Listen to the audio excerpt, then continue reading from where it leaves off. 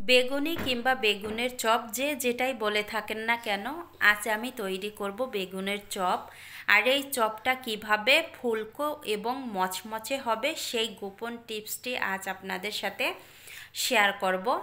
দেখে নিশ্চয়ই বুঝতে পেরেছেন কতটা ফুলকো হয়েছে। যেরকম ফুলকো হয়েছে আর মচমচেও হয়েছে, এটা কিন্তু 2-3 ঘন্টাও মচমচে থাকবে। এই দেখেন ভিতরটাও কত সুন্দর হয়েছে। চলুন মূল রেসিপিতে চলে যাই।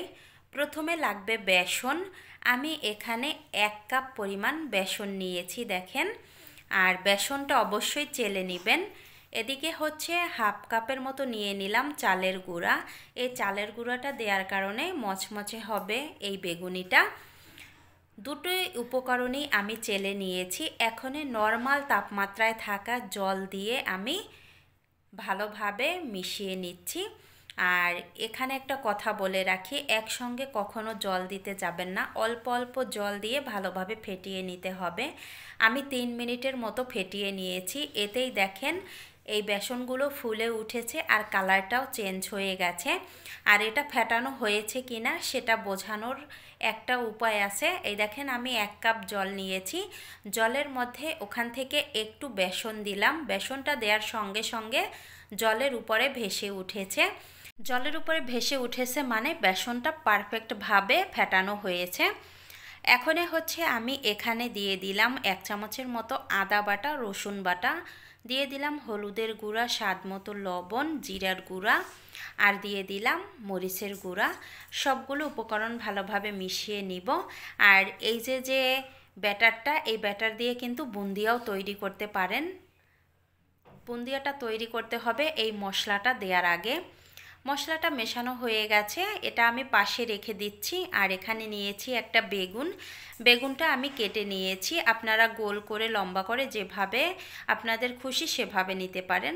এখনে আমি এখানে একটু লবণ দিয়ে ভালোভাবে মিশিয়ে নিব। এতে করে বেগুনটা খেতে ভালো লাগবে। চাইলে আপনারা স্কিপও করতে পারেন।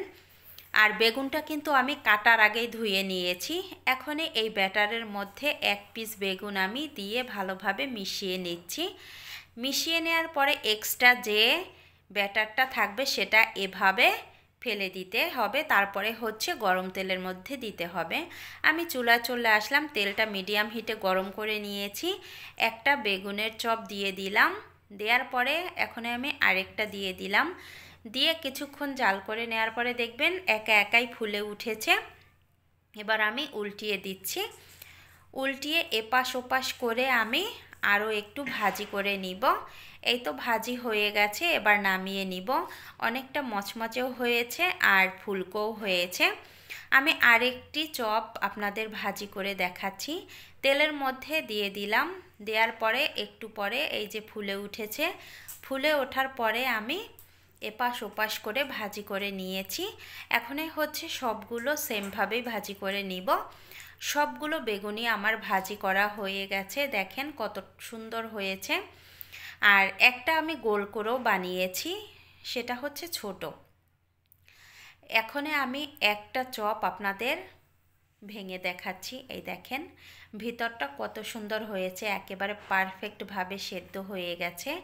আর উপরটা মচমচে হয়েছে, অনেকটা ফুলকো হয়েছে।